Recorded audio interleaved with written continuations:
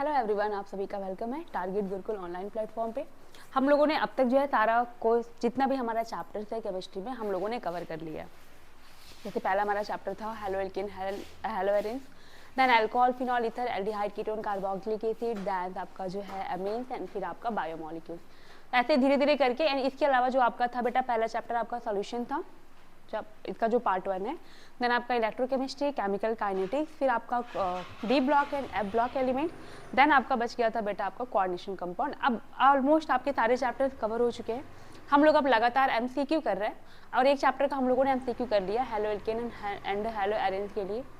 अब हम चलेंगे बेटा आपका जो दूसरा चैप्टर है हमारा अल्कोहल फिनॉल और ईथर, उसका क्या करेंगे हम एमसीक्यू पीवाईक्यूज जो भी हम यहाँ पे प्रैक्टिस करेंगे। और आप आई होप आप लोग पढ़ के आए, क्योंकि मैंने आपको पहले भी अपडेट किया था कि जो हमारा सेकंड चैप्टर होगा एमसीक्यू का वो हमारा अल्कोहल फिनॉल एंड ईथर होगा। तो आई होप आप लोगों ने पढ़ के आए होंगे। रुक जाइए, एक मिनट रुकिए।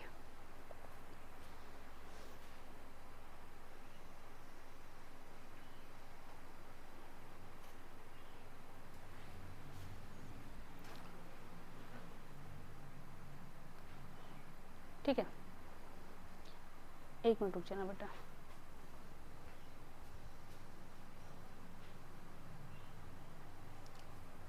चलिए ठीक है, आ जाइए।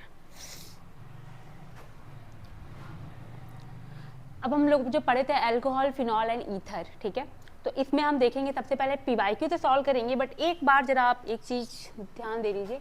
बहुत सारे बच्चों को जो यहाँ पे दिक्कत होती है, कभी कभी क्या करते हैं बच्चे अल्कोहल एंड फिनॉल में क्या होते हैं, कंफ्यूज होते हैं कि अल्कोहल कौन सा है एंड फिनॉल कौन सा है। इवन कि हायर क्लास के बच्चे भी कंफ्यूज हो जाते हैं। आइए यहाँ देखिए, देखो जब आपका एलिफैटिक कंपाउंड, जैसे जो आपका एलिफैटिक कंपाउंड होगा, एलिफैटिक कंपाउंड से अगर आपका OH ग्रुप अटैच्ड है तो वो आपका अल्कोहल होगा, ठीक है। और जब आपका एरोमेटिक कंपाउंड से OH ग्रुप अटैच होगा, जैसे कि बेंजीन रिंग से अगर आपका OH ग्रुप अटैच है तो वो आपका क्या होगा, फिनॉल होगा, ठीक है। आइए एक बार पहले इसको क्लियर कर लीजिए। ये आपका क्या है बेटा, देखो जैसे ये आपका है, ये आपका अल्कोहल होगा, ठीक है। ये बात आपको समझ में आ रही है। अगर मान लो मैं ये साइक्लिक कंपाउंड, ये आपको दिख रहा है कि नहीं, विजुअल है, हाँ। अब यहाँ देखिए, ये है आपका, ये साइक्लिक कंपाउंड है बेटा, साइक्लिक कंपाउंड है, बट ये आपका क्या है, साइक्लिक कंपाउंड है, बट ये आपका फिनॉल नहीं है क्योंकि ये एरोमेटिक नहीं है। ये भी आपका क्या हो जाएगा, ये दोनों ही आपके अल्कोहल हो जाएंगे, ठीक है। इसके अलावा अगर मैं आपसे ये कहती हूं, ये मान लो अगर तुम्हारा ये एरोमेटिक सिस्टम है भी, ठीक है, और यहां पे मैं लगाती हूं CH2 और देन यहाँ पे OH लगाती हूँ, तो ये भी आपका अल्कोहल होगा, ठीक है। देखो फिनॉल क्या होता है, देखो ये तो आपने जान लिया अल्कोहल क्या होता है, ठीक है। अब फिनॉल पे आओ, देखो जब आपका डायरेक्टली, ये मान लीजिए ये आपका फिनॉल है, ये आपका मान लीजिए बेंजीन रिंग है। बेंजीन रिंग से डायरेक्टली अगर आपका OH ग्रुप जुड़ा हुआ है तो ये आपका क्या बन जाता है बेटा, फिनॉल बन जाता है, ठीक है। हम बिल्कुल बेसिक से चलेंगे चीज़ों को लेके, तो प्लीज़ आप एकदम अपने हर एक डाउट को आप यहाँ पे क्लियर कर सकते हैं, ठीक है। यहाँ ये देखिए, जब आपका एरोमेटिक सिस्टम से डायरेक्टली, मतलब बेंजीन रिंग से डायरेक्टली अगर आपका OH ग्रुप जुड़ा हुआ है तो ये आपका क्या है, फिनॉल है। तो आई थिंक अब आपकी जो ये प्रॉब्लम है कि अल्कोहल एंड फिनॉल में अब आप कंफ्यूज नहीं होंगे, ठीक है। मतलब कि अगर बस आप ये भी याद रख सकते हैं कि अगर बेंजीन सिस्टम से, बेंजीन रिंग से डायरेक्टली OH ग्रुप अटैच है तो वो आपका फिनॉल है, उसके अलावा सबके सब आपका क्या है, अल्कोहल है। डन। अब आइए ईथर था, आपको पता ही होगा क्या होता है, पता है ना, ईथर ROR डैश, ये आपका ईथर है, ठीक है। अब आइए हम क्वेश्चन पे चलते हैं बेटा। सबसे पहले आपका जो क्वेश्चन है, आपको क्वेश्चन विजिबल है या नहीं,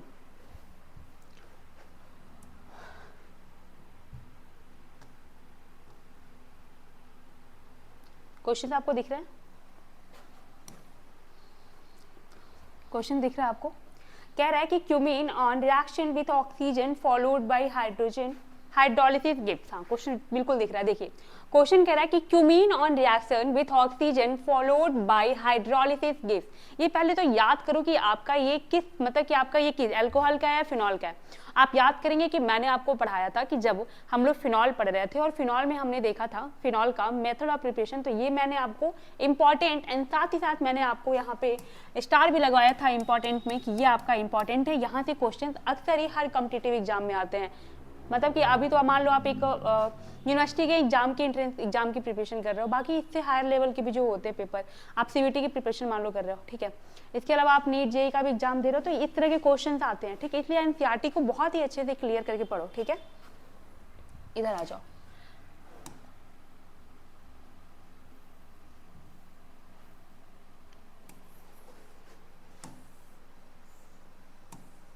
ठीक है। आओ अब यहाँ पे सॉल्व करते हैं।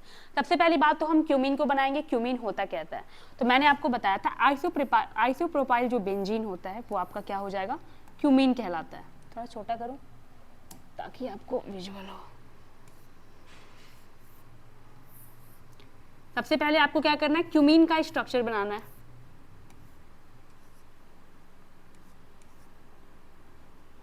किसी रोज बारिश आए, समझ ले देखो सबसे पहले आपको क्या बनाना है, आइसोप्रोपाइल बेंजीन बनाना है। क्या बनाना है, आइसोप्रोपाइल बेंजीन बनाना। देखिए मैंने बना लिया। अब इसका आप रिएक्शन किसके साथ कराएंगे, देखो सबसे पहली बात अब क्या कराना है आपको, मैंने ये सारे चैप्टर्स पढ़ाए थे, मेथड ऑफ प्रिपरेशन भी पढ़ाया था, तो मैंने आपको बताया था कि इसका रिएक्शन कैसे होता है और कैसे करते हैं। सबसे पहले हम क्या लेते हैं, आइसोप्रोपाइल बेंजीन लेते हैं। क्या लेते हैं, सबसे पहले हम लेते हैं आइसोप्रोपाइल बेंजीन, फिर इसका हम रिएक्शन कराते हैं ऑक्सीजन के साथ। किसके साथ कराते हैं, देन इसका रिएक्शन हम कराते हैं ऑक्सीजन के साथ, ठीक है। फिर क्या करते हैं, यहाँ से हम लोग पूरा एसीटोन बाहर निकाल देते हैं और OH ग्रुप का क्या होता है आपका लगा रह जाता है, ठीक है। आइए अब सबसे पहले इसका रिएक्शन कराइए ऑक्सीजन के साथ, ठीक है। जैसे आप इसको ऑक्सीजन के साथ रिएक्ट कराएंगे, अब यहाँ पे क्या होगा,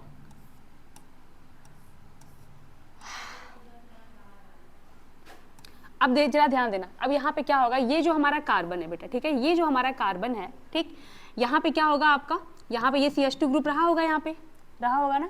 अब क्या करेंगे, इस कार्बन हाइड्रोजन के बीच में क्या करेंगे हम, ऑक्सीजन मतलब कि जो O2 है उसको क्या करेंगे, इंसर्ट करेंगे। जो आपका O2 है उसको क्या करेंगे, इस कार्बन और हाइड्रोजन के बीच में क्या करेंगे, हम इसको इंसर्ट करेंगे। जरा देखना इसके पास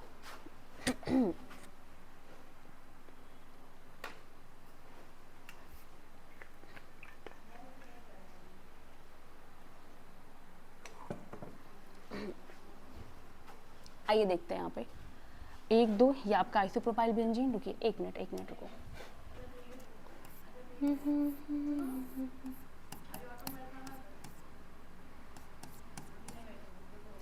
इसका रिएक्शन ऑक्सीजन के साथ कराओ।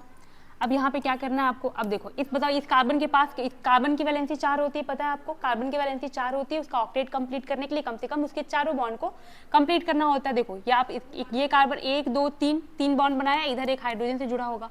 अब क्या करेंगे, इस ऑक्सीजन को आप इसको ओपन करेंगे तो ऑक्सीजन, ठीक। अब इस ऑक्सीजन टोटल बॉन्ड को क्या करेंगे, कार्बन हाइड्रोजन के बीच में क्या करेंगे, इंसर्ट कर देंगे। अब यहाँ लेकर आइए कार्बन कार्बन कार्बन। अब देखो यहाँ पे कार्बन हाइड्रोजन के बीच में क्या करना है, ऑक्सीजन एंड हाइड्रोजन, इसको क्या करना था, ऐसे इंसर्ट कर देते। इतना समझ में आया। सबसे पहले आपको क्या लेना है, आइसोप्रोपाइल बेंजीन लेना है। इस आइसोप्रोपिल बेंजीन को हम क्या कहते हैं, क्यूमीन कहते हैं। क्या कहते हैं, इस आइसोप्रोपिल बेंजीन को क्या कहते हैं हम, क्यूमीन कहते हैं, ठीक है, समझ में आया। इसका एक और आप इसको नाम भी दे सकते हैं, क्यूमीन हाइड्रोपरऑक्साइड भी कह सकते हैं इसको आप, क्यूमीन हाइड्रो परऑक्साइड। अब आप एक काम करिए, अब इसमें क्या करिए, अब इसका रिएक्शन करा दीजिए। अब देखिए यहाँ पे होगा क्या, आगे जब इसका रिएक्शन कराएंगे तो कुछ ऐसा होगा कि यहाँ देखो क्या हो जाएगा बेटा, ये आपका ये वाला पूरा पार्ट निकल जाएगा। इधर आओ, ये आपका पूरा पार्ट निकल जाएगा। अब बताओ जब ये इतना पूरा पार्ट मतलब ऑक्सीजन के बीच का क्या हो जाएगा, बॉन्ड आपका टूट जाएगा। अब जब यहाँ से बॉन्ड ब्रेक होगा तो अब आपका ये बनेगा, तो बनेगा क्या जरा देखना एक बार, देखो इतना, मतलब यहाँ से क्या करो, इस बॉन्ड को यहाँ से इसको तो यहाँ से तोड़ दो और यहाँ से इस ऑक्सीजन ऑक्सीजन के बीच का बॉन्ड तोड़ दो। अब देखो ये आपका क्या बन रहा है, सिर्फ पहले इसको निकालो,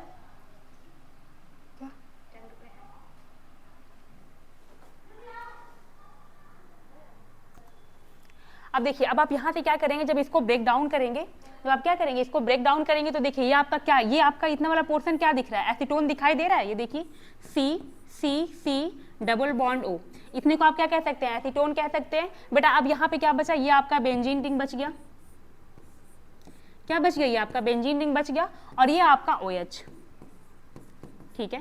तो ये आपका क्या बना, फाइनली प्रोडक्ट क्या बना, आपका बना है फिनॉल एंड एसीटोन, ये आपका बन गया, ठीक है। तो हम क्यूमीन से क्या बनाते हैं, फिनॉल का प्रिपरेशन करते हैं, ठीक है।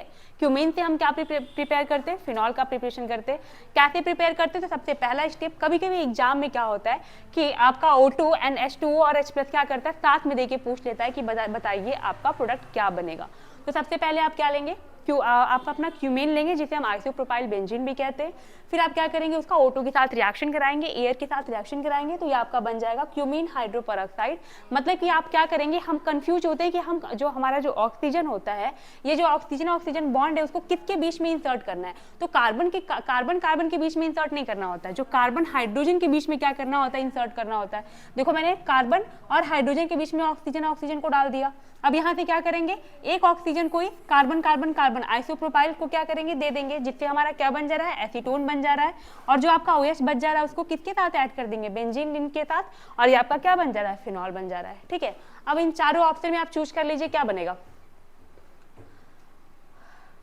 पहला नहीं है बेटा, देखो इसमें कह रहा है कि मिथेनॉल, ऐसा तो कुछ बन ही नहीं रहा है। यहाँ पे मैं थोड़ा सोच सकती हूँ, कह रहा है फिनॉल एंड ये आपका है CH3 का होल टास, हाँ बिल्कुल आपका बी वाला ऑप्शन है बेटा, ठीक है। आपका ऑप्शन क्या हो जाएगा, बी हो जाएगा, ठीक है। आगे चलिए, समझ में आया आपको, ठीक है। आपका क्वेश्चन कह रहा था कि अगर हम क्यूमीन का रिएक्शन ऑक्सीजन के साथ कराते हैं और फिर हम फर्दर हाइड्रोलिसिस कर देते हैं तो क्या बनेगा। जब क्यूमीन का रिएक्शन हमने ऑक्सीजन के साथ कराया तो हमारा क्यूमीन हाइड्रोपेरोक्साइड बना, फर्दर हमने क्या कराया, उसकी हाइड्रोलिसिस करा दी तो हमको क्या मिल गया, फिनॉल मिल गया, ठीक है। समझ में आया, आगे चलूं, क्लियर। आइए आगे आइए अगले क्वेश्चन पे। कह रहा है which of the following reaction will not yield phenol, कह रहा है कि इन चारों में से कौन सा ऐसा रिएक्शन है जो फिनॉल नहीं देगा। कह रहा है which of the following reaction will not yield phenol, कह रहा है कौन सा ऐसा है जो आपका फिनॉल नहीं देगा, विच of the following reaction will not yield phenol. चलिए फटाफट बताइए एक बार, मैंने आपको पहले भी बोला है कि आप क्या करें, कम से कम जितने भी आपके मतलब आपका मेथड ऑफ प्रिपरेशन है या फिर आपकी जो MOP है, एक बार आप एक जगह लिख के क्या करिए, उसको जो है रिवाइज कर लीजिए। तो आप कर रहे हैं कि नहीं कर रहे हैं ऐसा, आप ऐसा कर रहे हैं कि नहीं, अगर आपने किया है तो ये सब आपके लिए आसान है। चलिए फटाफट करिए।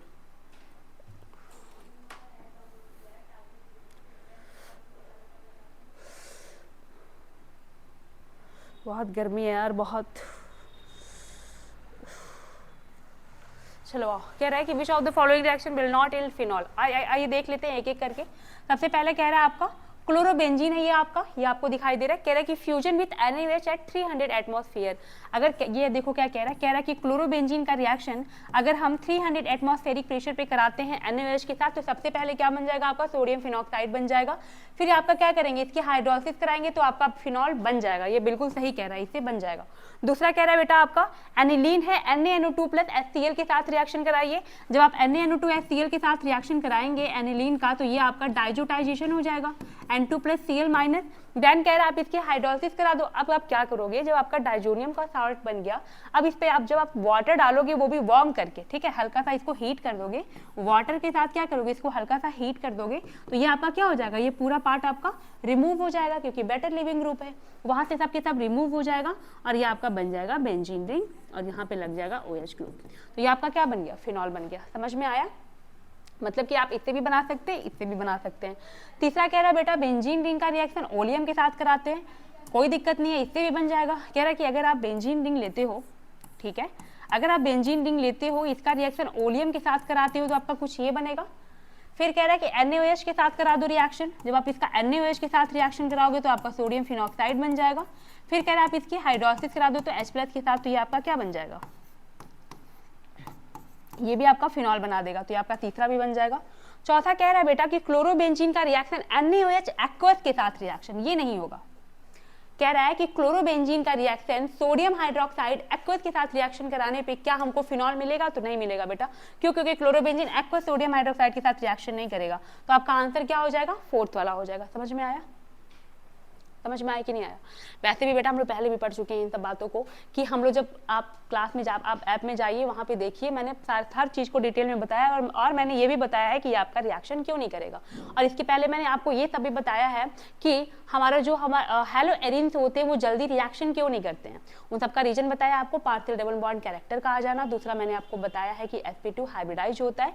ये सब आप वहाँ पे देखिए, ठीक है। अभी मैं फटाफट एक बार MCQ आपको, क्योंकि बहुत सारी मैं MCQ लेकर आई हूँ, सारा हो नहीं पाता है, मैं बहुत डिटेल में समझाने लगती हूँ।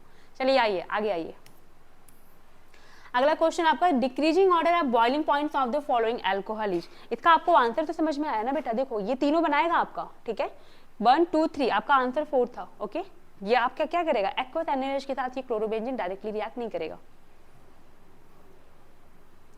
अगला आपका, the decreasing order of the boiling points of the following alcohol is. कह रहा है नीचे दिए गए जो अल्कोहल है उनके क्या करिए, डिक्रीजिंग ऑर्डर बताइए।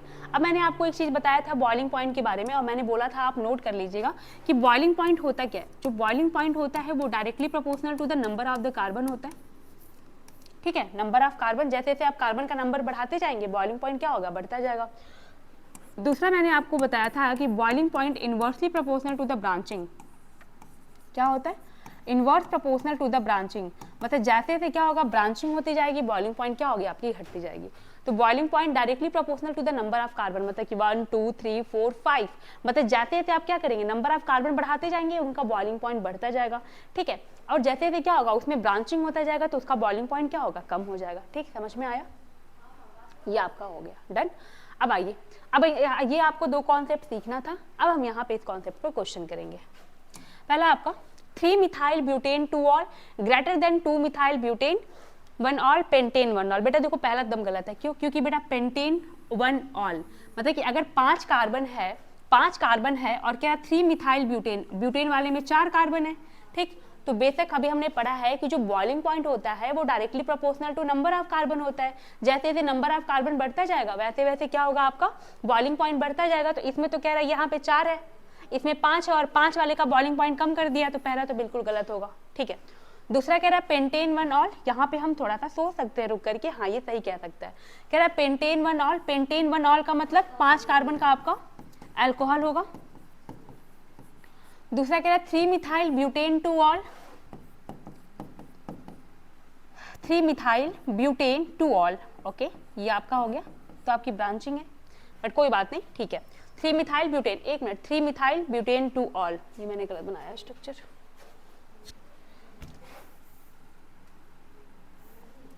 कह रहा है 3 मिथाइल, 1 2 3 4, 3 पे मिथाइल कर दें आप, ब्यूटेन 2 ऑल, ठीक है, ये आपका स्ट्रक्चर। देन आपका कह रहा है कि 2 methyl butane 2 all, 2 methyl butane 2 all, ये आपका पहला था, ये आपका दूसरा है। कह रहा है 2 मिथाइल ब्यूटेन 2 ऑल, ये आपका तीसरा है, 1 2 3 4, ये आपका 3 डिग्री का अल्कोहल हो गया। और फिर आपका कह रहा है पेंटेन 1 ऑल, ये नहीं होगा बेटा, लास्ट में ये गलत दिया हुआ है,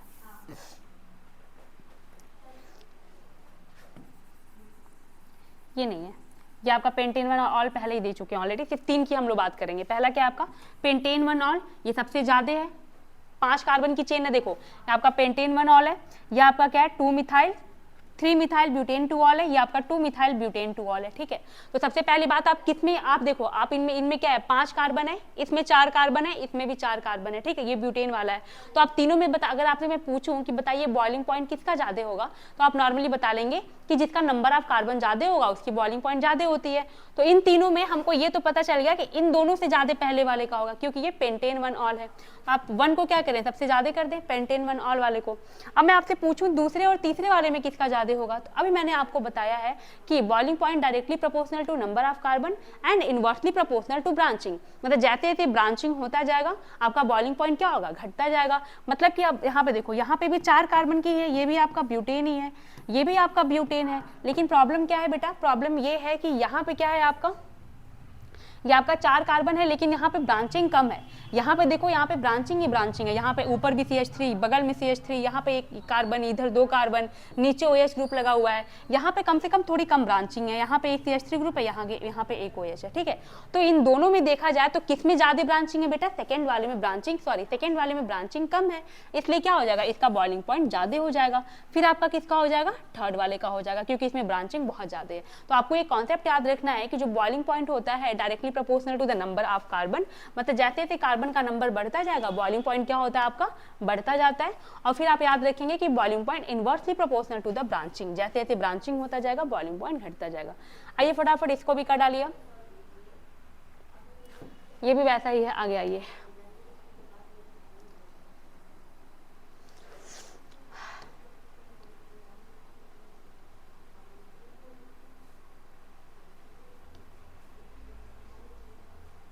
यहाँ पे इस तरह क्वेश्चन को कर लो, एक बार एक प्रैक्टिस और कर लो। कह रहा है कि arrange the following compounds in increasing order of boiling point, propane 1 ol, butane 1 ol, butane 2 all and pentane 1 all. जरा देखो इस क्वेश्चन को, चलो एक बार सॉल्व करो। कह रहा है कि अरेंज द फॉलोइंग कंपाउंड्स, कह रहा है कि जो आपको फॉलोइंग कंपाउंड दिए गए हैं, increasing order of the boiling point, propane 1 ol, butane 1 ol, butane 2 all and pentane 1 all. देखो इन सब में अगर आप चेक करोगे तो सबसे बड़ा कौन आपको दिख रहा है, देखो यहाँ पे प्रोपेन 1 ऑल है, ब्यूटेन 1 ऑल है, ब्यूटेन 2 ऑल है, पेंटेन 1 ऑल है। तो इतना तो आप बता लोगे कि पेंटेन 1 ऑल का सबसे ज्यादा होगा, बता लोगे ना आप, पेंटेन 1 ऑल का सबसे ज्यादा होगा। फिर इसके बाद आप किसका बताओगे, पेंटेन के बाद butane 1 ol, butane 2 all and propane. देखो पेंटेन 1 ऑल का सबसे ज्यादा होगा, प्रोपेन का सबसे कम होगा, क्योंकि इसमें 3 कार्बन है।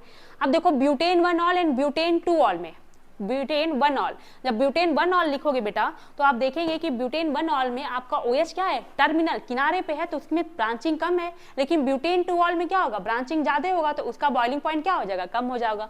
फटाफट स्ट्रक्चर बना लो, प्रोपेन 1 ऑल का स्ट्रक्चर और बनाते हैं। रोज बारिश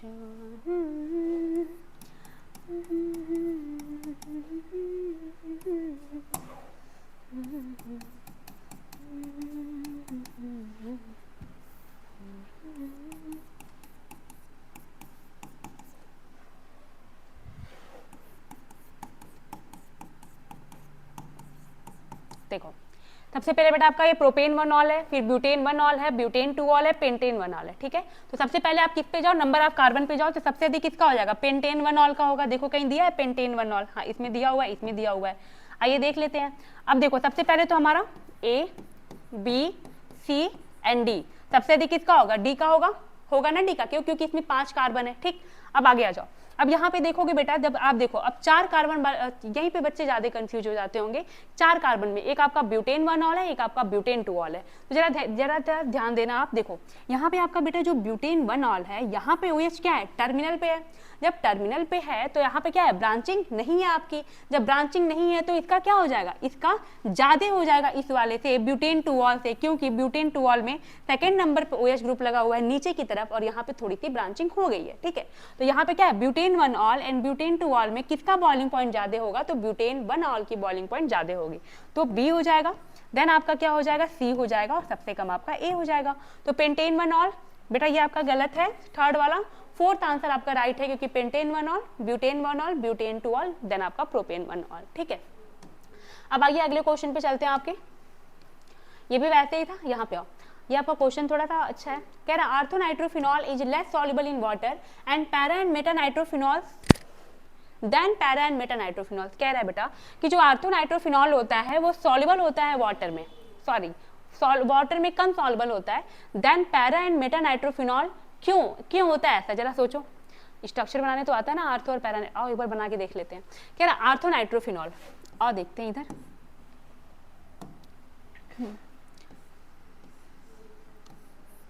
देखो बेटा आर्थो नाइट्रोफिनॉल, ठीक है, ये बेटा आपका आर्थो नाइट्रोफिनॉल। अब आपको बात ये पता होगा, या मैंने जब पढ़ाया आपको चैप्टर तो भी मैंने आपको पढ़ाया है कि जो आपको फिनॉल वाले चैप्टर में जो आर्थो नाइट्रोफिनॉल होता है उसमें इंट्रामॉलिक्यूलर हाइड्रोजन बॉन्डिंग होती है। पढ़े हैं कि नहीं पढ़े आप? और इंट्रामॉलिक्यूलर हाइड्रोजन बॉन्डिंग में आपका हाइड्रोजन बॉन्ड क्या होगा, स्ट्रॉन्गर होगा, और स्ट्रॉन्गर होने की वजह से क्या होगा, हाइड्रोजन बॉन्डिंग ब्रेक नहीं होगा। इसीलिए क्या होता है, ये आपका आर्थो नाइट्रोफिनॉल वाटर में सॉल्युबल नहीं होता है। जरा ऑप्शन चारों पढ़ो एक बार।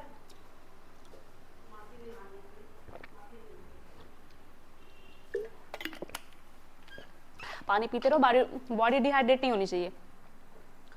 ये क्या हो गया, बॉडी डिहाइड्रेट नहीं होनी चाहिए, बट जो हुआ वो भी अच्छा नहीं हुआ। 1 मिनट रुको। आ जाओ। देखो क्या लिखा हुआ है, कह रहा है कि अब देखो हम यहाँ पे देख लो एक बार, यहाँ पे बेटा क्या हुआ आपका, ये आर्थो नाइट्रोफिनॉल है हमारा। अब ये आर्थो नाइट्रो जो हमारा फिनॉल है, यहाँ पे आप देखेंगे, 1 मिनट रुको,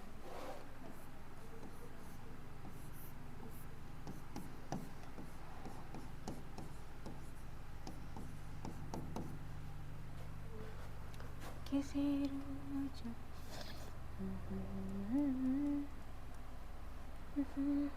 देखो यहाँ पे क्या होता है, हमारा इंट्रामोलिकुलर हाइड्रोजन बॉन्डिंग बनती है। आर्थो नाइट्रोफिनॉल में क्या होता है, आर्थो नाइट्रोफिनॉल है ये, इसमें कौन सी हाइड्रोजन बॉन्डिंग है, तो इंट्रा मॉलिक्यूलर हाइड्रोजन बॉन्डिंग है। कौन सी बॉन्डिंग है बेटा, इंट्रामोलिकुलर हाइड्रोजन बॉन्डिंग है। और इंट्रामोलिकुलर हाइड्रोजन बॉन्डिंग किस में होता है, आर्थो नाइट्रोफिनॉल में तो है, लेकिन हमारे पैरा और मेटा नाइट्रोफिनॉल में नहीं है। कहते नहीं है, जरा स्ट्रक्चर बनाओ अपनी अपनी कॉपी पे, फटाफट कॉपी खोलो अपनी अपनी। कई तो ऐसे बैठ गए होंगे, लाओ मैं बस सुनते हैं मैम क्या पढ़ा रही हैं, कॉपी खोलो अपनी अपनी, कॉपी खोलो। देखो जब स्ट्रक्चर बनाओगे, NO2 ये आपका हो गया बेटा पैरा नाइट्रोफिनॉल, और एक आपका हो गया, ये आपका हो गया मेटा नाइट्रोफिनॉल। समझ में आया, ठीक है, इतना कर लोगे। तो यहाँ पे देखो इन दोनों में आपका क्या बन रहा है, इन दोनों का भले इंटर, ऐसा नहीं है कि हाइड्रोजन बॉन्डिंग नहीं होगा, उनमें इंटरमॉलिकुलर हाइड्रोजन बॉन्डिंग होता है, लेकिन आर्थो नाइट्रोफिनॉल में क्या होता है, इंट्रामॉलिकुलर हाइड्रोजन बॉन्डिंग होता है बेटा। और इसमें क्या होता है, ये हाइड्रोजन बॉन्डिंग ब्रेक नहीं हो पाता जल्दी, जब ब्रेक नहीं हो पाता इसीलिए क्या होता है, ये वाटर में सॉल्युबल नहीं होता है। आइए देखते हैं, कह रहे आर्थो नाइट्रोफिनॉल तो intramolecular hydrogen bonding, ortho nitrophenol तो intermolecular hydrogen bonding. Melting point of ortho nitrophenol is lower than those of meta and para isomer. Ortho nitrophenol is more volatile in steam than, बेटा इधर आओ, answer will be first. कह रहा है कि ortho nitrophenol less soluble होता है water में than para and meta nitrophenol. इसका रीजन क्या है, तो इसका रीजन यही है कि जो आर्थो नाइट्रोफिनॉल होता है वो इंट्रामॉलिकुलर हाइड्रोजन बॉन्डिंग होता है, और ये बॉन्ड ब्रेक नहीं करता है, इसीलिए पानी में सॉल्युबल नहीं होता है। ठीक है, समझ में आया। आइए पहले उसके अगले क्वेश्चन पे आइए फटाफट। कह रहा है कि unlike phenol two four dinitrophenol is soluble in sodium carbonate solution in water because. कह रहा है कि अनलाइक फिनॉल, कह रहा है फिनॉल के समान two four dinitrophenol is soluble in water, water में soluble in sodium carbonate solution in water because. क्यों ऐसा होता बताइए। 2,4-डाइनाइट्रोफिनॉल, पहले तो स्ट्रक्चर बना लो।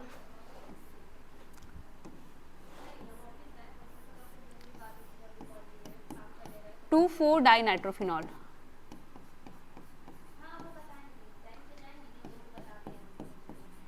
टू 4-डाइनाइट्रोफिनॉल,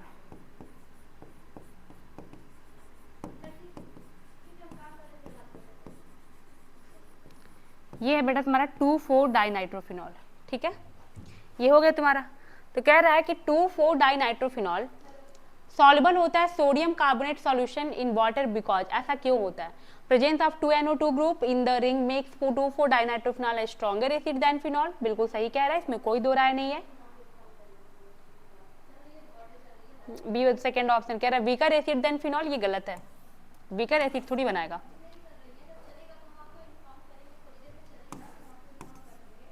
पहला ऑप्शन सही है बेटा। देखो सबसे पहली बात, आप जब अभी एसिडिक कैरेक्टर से रिलेटेड सारे क्वेश्चन कराऊंगी तो आपको दिखेंगे कि जो एसिडिक कैरेक्टर होता है वो डायरेक्टली प्रोपोर्शनल टू -I होता है। ठीक है, अब हमारा -I होता है, मतलब इलेक्ट्रॉन विड्राइंग ग्रुप के क्या होता है, डायरेक्टली प्रोपोर्शनल होता है। अब आप यहाँ पे देखोगे कि ये आपका जो NO2 ग्रुप होता है वो क्या होता है, इलेक्ट्रॉन विड्राइंग ग्रुप ही होता है। अब ये क्या करेगा, इलेक्ट्रॉन को विड्रॉ करेगा और इसको मोर एसिडिक बना देगा। क्या करेगा, इसको मोर एसिडिक बना देगा। Then your answer will be first होगा। Presence of the 2NO2 group in the ring makes two four dinitrophenol a stronger acid than phenol. ठीक है, अगला आइए। फॉर द रिएक्शन, चलो आओ फटाफट इसको करो। अब क्वेश्चन देखो, कह रहा है कि फॉर द रिएक्शन, हाँ कह रहा है for the reaction C2H5OH plus HX C2H5X plus water the order of the reactivity is. मतलब कि आप जब आपका ये रिएक्शन करता है C2H5OH प्लस HX ये आपका जब रिएक्शन करता है तो आपका बनता है C2H5X और प्लस आपका बन जाएगा वाटर। अब कह रहा है बेटा ये जो आपका X है इसकी रिएक्टिविटी ऑर्डर क्या होगी, कह रहा है कि जो आपका ये X है इसकी रिएक्टिविटी ऑर्डर क्या होगी, मतलब कि आपका HI HBr, ये बात आपको याद रखनी है यहाँ पे कि जो HI होगा उसकी रिएक्टिविटी ज़्यादा होगी HBr से, इसकी रिएक्टिविटी ज़्यादा होगी HI HBr HCl। ये बेटा होता है रिएक्टिविटी का ऑर्डर। यहाँ पे क्या होगा, अगर मान लो आपका HI है तो और भी तेजी से रिएक्ट करेगा, then HBr then HCl, then your answer will be second हो जाएगा। ठीक है, for the reaction alcohol react with HX आपका बन जाएगा alkyl halide plus water, the order of the reactivity is, ठीक है, HI HBr HCl, then your answer will be second. ठीक है, समझ में आया? अगला आओ।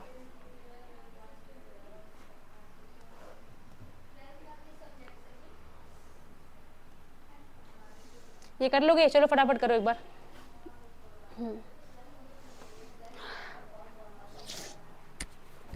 कह रहा नॉर्मल प्रोपाइल अल्कोहल से नॉर्मल हेक्सेन बनाना है आपको। जरा सोचो क्या कौन सा आप मेथड यूज कर सकते हो इसमें, सोचो सोचो। अरे ये तो आपका एक लिंक्ड रिएक्शन हो गया। अगर आपने हाइड्रोकार्बन पढ़ के आए हो ना, बिल्कुल पढ़ के आना चाहिए, नहीं तो तुम नेम्ड रिएक्शन तो तुमको आना ही चाहिए, मैंने पहले भी बोला था। चलो इसको करो, मैं किनारे हट रही हूँ, एक बार ट्राई करो।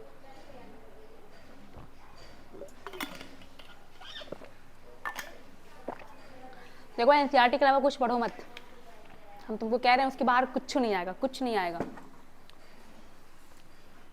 सब एनसीईआरटी है, या एनसीईआरटी के बाहर का भी कुछ नहीं है बेटा। ये जितने भी आप क्वेश्चन कर रहे हो, अगर आप एनसीईआरटी वाले क्वेश्चन भी नहीं कर पा रहे हो, मतलब आपने क्लास 12 पढ़ाई नहीं है ढंग से, आपने पूरा साल अपना बर्बाद कर दिया इसका मतलब। बट कोई बात नहीं, मैं डीमोटिवेट नहीं कर रही, एटलीस्ट अब से पढ़ लो। और बहुत ज़्यादा नहीं है एनसीईआरटी यार, कम से कम देखो ऑर्गेनिक केमिस्ट्री पढ़ने का सबसे आसान तरीका है, आप क्या करो ना, डिवाइड कर लो। जैसे कि एमओपी को, जैसे मेथड ऑफ प्रिपरेशन, उसको अलग लिख लो, केमिकल रिएक्शन को अलग लिख लो, साथ में रिएक्शन मैकेनिज्म जो समझने हैं उसको आप अलग कर लो। इसके अलावा आप क्या अलग कर लो, जितने भी आपके नेम्ड रिएक्शन है, ठीक है, उनको अलग कर लो। आपका ऐसे ही बहुत सारे क्वेश्चन अपने आप ही सॉल्व हो जाएंगे।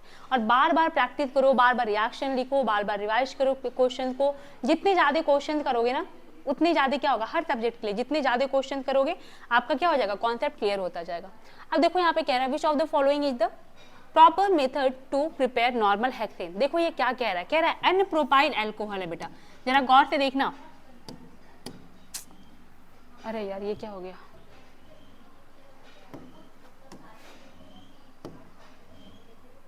ये तो हटने का नाम ही नहीं ले रहा है। हट जाओ प्लीज। अब देखो यहाँ पे,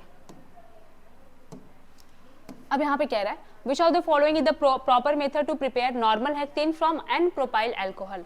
मतलब कि आपका 3 कार्बन की बेटा चेन है और उससे कह रहा है आपको 6 कार्बन का बनाना है। तो कैसे बनाएंगे, आइए देखिए।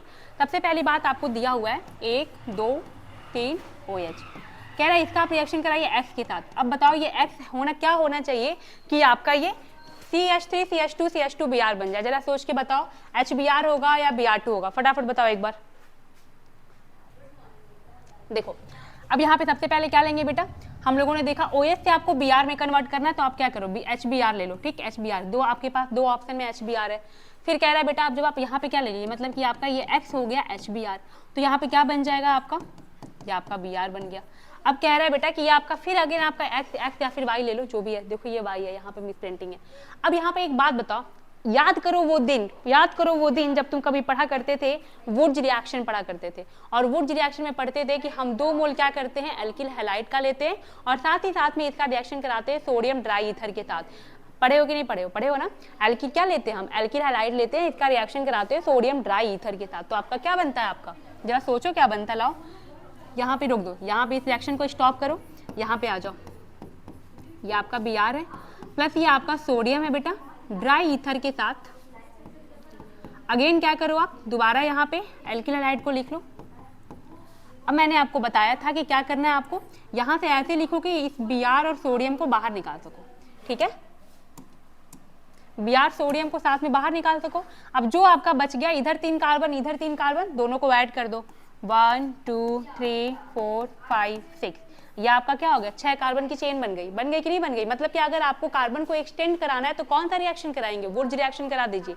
जितना कार्बन लेके चलोगे उसका डबल कार्बन बनेगा, ठीक है, समझ में आया। यहाँ पे देखिए आपने क्या किया था, प्रोपिल अल्कोहल लिया था, उसका रिएक्शन HBr के साथ कराया तो आपका क्या बना, ब्रोमोप्रोपेन बन गया।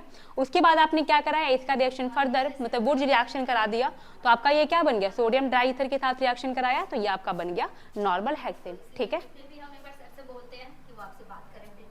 Then answer will be second हो जाएगा, ओके।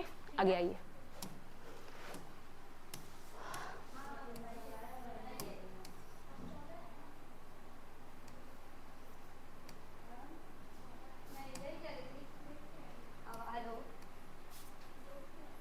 आइए इस क्वेश्चन को करिए। कह रहा है which of the following compound does not react with sodium hydroxide. कह रहा है ऐसा कौन सा कंपाउंड है जो आपका सोडियम हाइड्रोक्साइड के साथ रिएक्शन नहीं करेगा।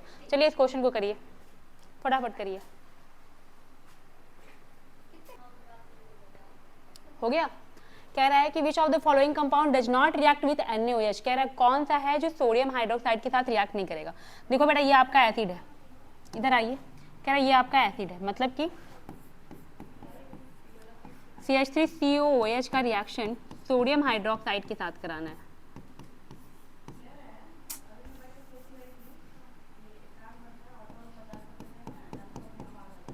ठीक है, इसका रिएक्शन कराना है हमें।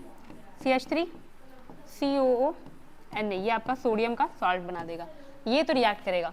फिर ऐसे आपका CH3CONH2 ये भी आपका क्या करेगा, रिएक्ट करेगा। जब आप देखेंगे CH3CONH2 भी आपका क्या करता है, रिएक्शन करता है और ये क्या दे देगा, ये भी आपका सोडियम का सॉल्ट दे देगा और साथ ही साथ क्या होता है, ये आपका अमोनिया बाहर निकाल देगा। ये आपका बना देगा बेटा सोडियम, ये आपका सोडियम हाइड्रोक्साइड के साथ रिएक्ट करके बनाएगा सोडियम का सॉल्ट और प्लस आपका अमोनिया बाहर निकल जाएगा। हाँ ये भी कर देगा बेटा, ये नहीं करेगा। अल्कोहल क्या करेगा, हमारा सोडियम हाइड्रोक्साइड के साथ रिएक्ट नहीं करेगा, एल्कली के साथ आपका रिएक्ट नहीं करेगा। तो आप इसको याद रखेंगे, ध्यान में रखेंगे, ठीक है। अगला आइए, एक्चुअली होता क्या बेटा, जो आपका अल्कोहल होता है वो क्या होता है, वीकर एसिड होता है और यहाँ तक कि वो वाटर से भी वीकर एसिड होता है, इसलिए क्या करेगा, वो रिएक्ट नहीं करेगा NaOH के साथ। Out of the 2 chloroethanol and ethanol which is more acidic and why. चलो बताओ, ये क्वेश्चन अच्छा है, जरा बताओ। कह रहा है कि आउट ऑफ द 2 क्लोरोइथेनॉल, देखो सबसे पहली बात, अब हम यहाँ पे एसिडिक वाले जो क्वेश्चन है वो आ चुके हैं, एक बार जरा ध्यान से सुनना। एसिडिक का जो आप एसिडिक कैरेक्टर कैसे आइडेंटिफाई करेंगे उसका एक छोटा सा कॉन्सेप्ट है, पहले उसको सीख लो। देखो एसिडिक जो ऑर्डर होता है या फिर जो आपका एसिडिक कैरेक्टर्स होते हैं,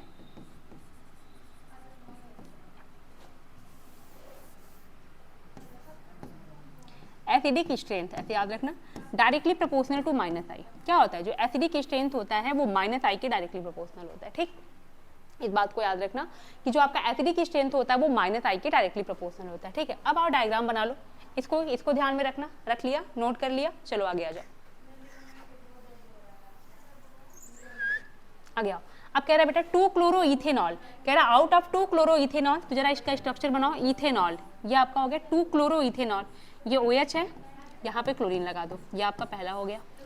दूसरा कह रहा है एंड इथेनॉल, इथेनॉल C2H5OH। अब देखो यहाँ पे क्या करना है आपको, देखो यहाँ पे क्या करना है बेटा, आपने देखा कि ये आपका जो 2 क्लोरोइथेनॉल है, क्या आपका ये 2 क्लोरोइथेनॉल है, इसमें एक ग्रुप जुड़ा हुआ है,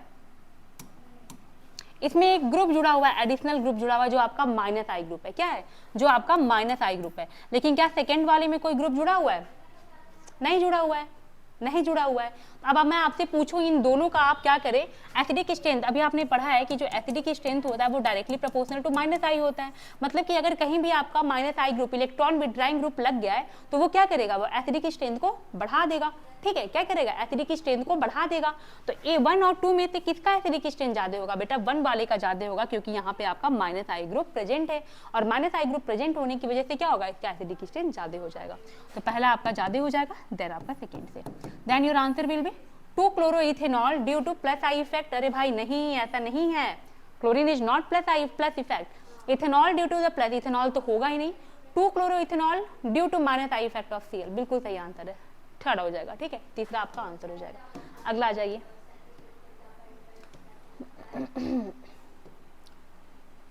अब इसको जरा करिए, कह रहा है the correct sequence of decreasing acidity is, कह रहा है कि एसिडिक का आपको स्ट्रेंथ बताना है, वो भी डिक्रीजिंग वाला बताना है, ठीक है। कह रहा है कि the correct sequence of decreasing acidity, देखो यहाँ पे कितने कार्बन है बेटा, CH3। देखो एक बात याद रखना, एक बात नहीं दो बात याद रख लेना, acidic strength directly proportional to -I and आपका क्या होता है बेटा, इनवर्सली प्रोपोर्शनल टू +I। इस बात को याद रखना है आपको, मतलब कि आप अगर मान लो +I, मतलब जैसे जैसे आप कार्बन नंबर के कार्बन आप बढ़ाते जाएंगे तो एसिडिक स्ट्रेंथ क्या हो जाएगी, घटती जाएगी। डायरेक्टली इनवर्सली का मतलब तो पता है ना, ठीक है। कह रहा है बेटा कि अगर आपका acidic strength directly proportional to -I है तो क्या हो जाएगा, आपका एसिडिक स्ट्रेंथ बढ़ जाएगा, और अगर इनवर्सली है तो क्या होगा, आपका एसिडिक स्ट्रेंथ घट जाएगा। तो आपको इतनी सी बात ये याद रखनी है, ठीक, ये आपका क्या हो जाएगा, +I है। अब जरा यहाँ पे देखना, यहाँ पे कितने कार्बन है, ओवर यहाँ पे 3 कार्बन है, ठीक है। मतलब जैसे जैसे आप नंबर आप कार्बन बढ़ाते जाएंगे एसिडिक स्ट्रेंथ घटता जाएगा। यहाँ पे 2 कार्बन है, यहाँ पे भी आपका 2 कार्बन है, यहाँ पे सिर्फ 1 कार्बन है, यहाँ पे 2 नहीं है बेटा, यहाँ पे ओवरऑल 3 कार्बन है, यहाँ पे आप देखेंगे तो 4 हो जाएगा, ठीक। फिर आप यहाँ पे आइए सेकेंड वाले पे, फिलहाल तो अभी आप ये याद रखिएगा, ये आप इतना याद रखिए। और पूछ क्या रहा है ये भी आपको ध्यान रखना है कि डिक्रीजिंग वाला पूछ रहा है, इंक्रीजिंग ऑर्डर नहीं पूछ रहा है, ठीक है। तो डिक्रीजिंग में आप क्या करेंगे, लेकर आइए सबसे पहले यहाँ पे आप देखेंगे कि अगर या तो -I इफेक्ट ज्यादा लगेगा या तो प्लस। अगर आप देखेंगे कि जितना ज्यादा क्या है नंबर ऑफ कार्बन, मतलब कार्बन का नंबर जितना ज्यादा होगा उसका क्या होगा, बॉइलिंग पॉइंट उतना ही, मतलब उसका एसिडिक कैरेक्टर क्या होगा, सॉरी उतना ही कम होगा, ठीक है। तो जरा यहाँ पे देखो, आ जाओ, पहली बात ये देखो, यहाँ पे देखो बेटा 3 +I लगा हुआ है। अभी हमने क्या बोला, जो आपका कार्बन होता है वो आपका +I इफेक्ट होता है, वो क्या होता है, इलेक्ट्रॉन रिलीजिंग ग्रुप होता है। तो वो क्या करेगा, वो अगर कहीं पे लगा है तो वो एसिडिक स्ट्रेंथ को क्या करेगा, कम कर देगा।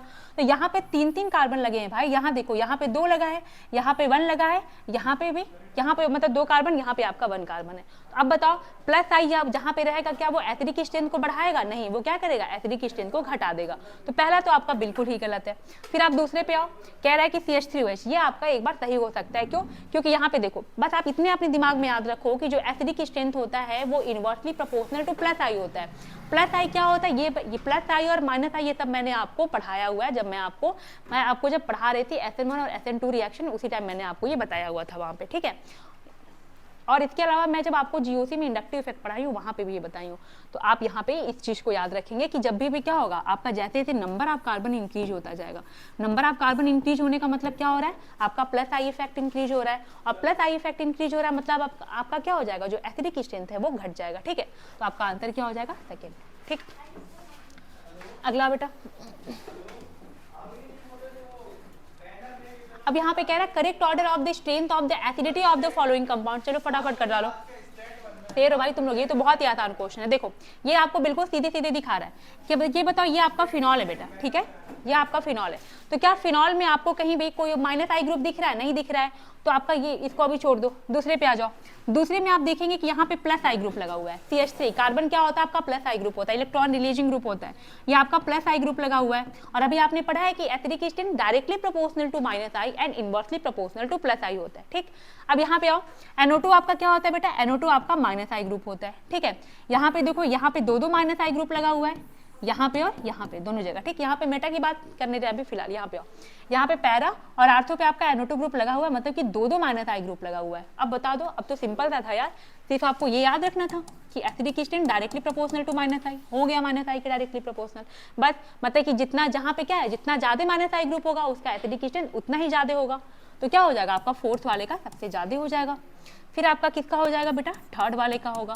अब देखो कंफ्यूजन आपको हो रहा होगा पहले और दूसरे वाले में, पहले और दूसरे में देखो, पहले में तो कोई ग्रुप नहीं लगा है, लेकिन दूसरे वाले में CH3 ग्रुप लग गया, जो कि आपका +I है। और +I क्या करता है, +I करता है कि एसिडिक स्ट्रेंथ को और घटा देता है। मतलब कि इन दोनों की तुलना में अगर आप कंपेयर करेंगे तो सेकंड वाले का क्या हो जाएगा, एसिडिक स्ट्रेंथ आपका और भी ज्यादा कम हो जाएगा, और फर्स्ट वाले का क्या होगा, आपका सेकंड वाले से ज्यादा हो जाएगा।